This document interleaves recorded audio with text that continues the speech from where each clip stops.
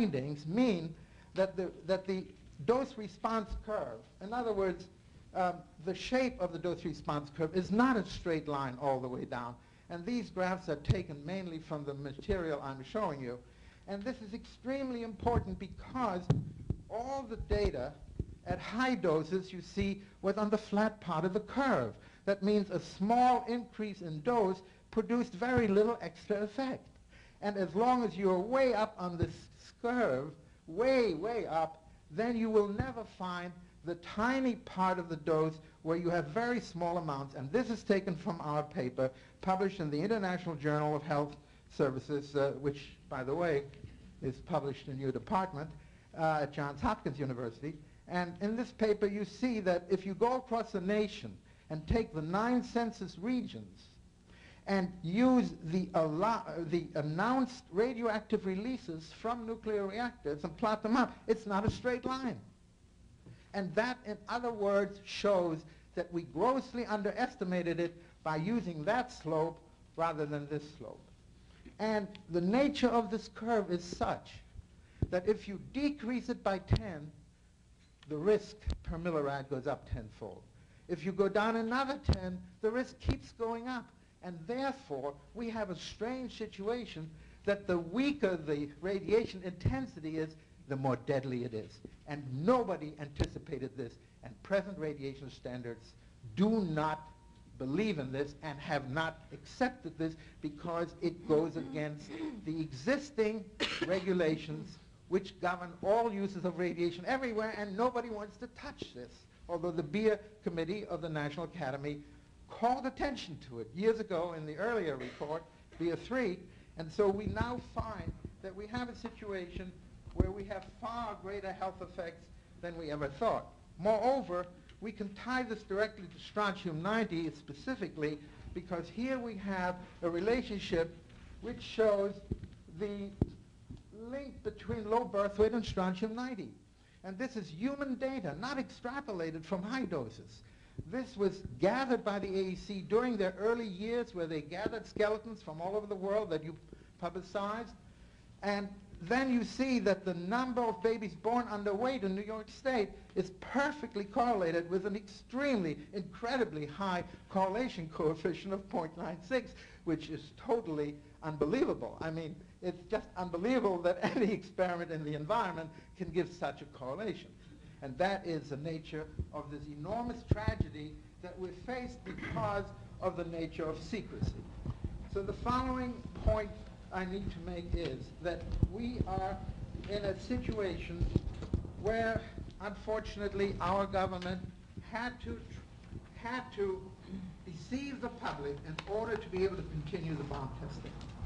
And as a result, they did not realize, for instance, that in Nevada, when the bomb tests went off in 1951, as the story in today's Times indicates, they did want to find out what would happen from bomb testing. Well, they never looked at the low birth weight data for Nevada.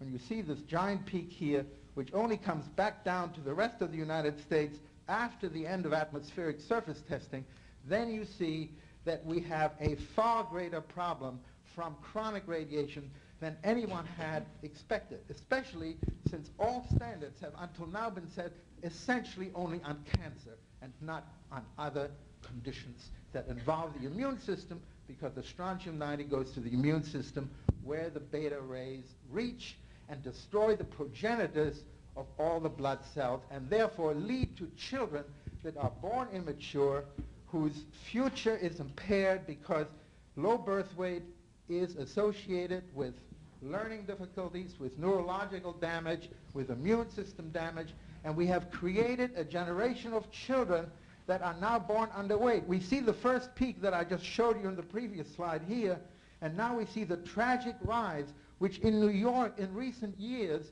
has exceeded the high point of fallout from bomb testing. And that is frightening.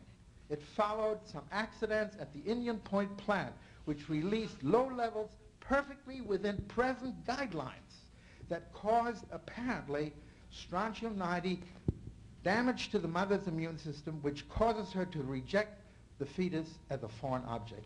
We've only learned about the role of the immune system in the critical aspects of pregnancy within the last decade or so.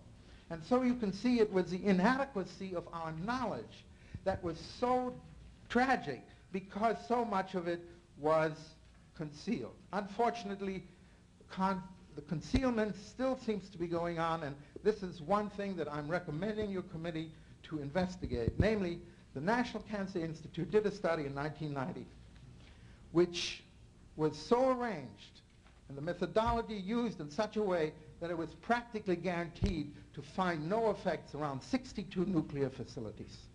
And this was in 1988 and 90, not in 1945 and 1950. We are talking about today's deception that is still going on. And in the material that I supplied you, you will see what the nature of the deception is, but it's very simple. They said, well, we'll look at a small population that's irradiated in this county, and then we'll look at some control. You've got to keep that microphone in front of your face. Okay. Anyway, we'll look at this, the facility which has a high dose here, and then we'll pick some control counties. And it turns out that 3/4 of the control counties were right adjacent, as if the radioactivity stopped. But the latest DOE report submitted to you in February shows that they were able to trace the radioactivity 50 to 200 miles away from a source. So the methodology used was guaranteed not to show anything. And furthermore, and this is frightening, as one of the criteria they used in order to select control counties, they, aside from the normal demographic variables like sex, race, occupation, poverty, status, and so on, they used and picked control counties that had the same infant mortality or low birth weight, which was essentially guaranteed to show that there would be no difference in cancer rates later. And so this is what I'm planning to do. Namely, I'm offering some recommendations to you of things to do, and they are written down, and they relate to the need to re-examine and to urge or to request or recommend to the other departments that the newest data should be examined. The NCI study should be examined by independent people who are not involved in this cover-up. Like this committee is an independent committee. You can do it, or some subcommittee. Secondly, I urge that a new way be taken to set radiation standards, not by the users exclusively in a self-appointed committee, but in a public manner where the public and layperson can participate, who are the ones who have to take the brunt of the risk. And therefore, the biggest thing that you can do, I believe, is to recommend that we need to re-examine the risks that were involved, and above all, not to deny compensation to the victims on the basis of the high dose risk estimates, which clearly, unfortunately, were so low. Now, the last slide that I wanted to show you is very important, and I'll just take another minute, this one. And it's rather frightening, because what the National Cancer Institute did, which minimized or practically eliminated the effect of radiation, is really very, very serious for the nation as a whole, because of the rising cancer rates and the continued rise in low birth weight that nobody knows what's causing it. But I will now show you a graph that is really astounding. This shows how mortality in the United States, unadjusted for age, declined steadily from 1900 to 1945-50, okay? And suddenly, beginning with roughly the time of the Bravo test, the first hydrogen bomb test that released thousands of times as much strontium as the Hiroshima bombs, suddenly there was a rise, an abnormal rise, which stayed high, and a gap developed between the projection and the actual number of deaths. Then, after a short time, 10 years or so, it began to try to come down again, but then there was another rise, and I have to say, the rises have continued in the last 2 years, completely counter to what's going on in most other advanced civilized countries. Mortality is rising rather than declining, despite all our medical efforts and all our expenses. And what this means is that this gap here, which has developed.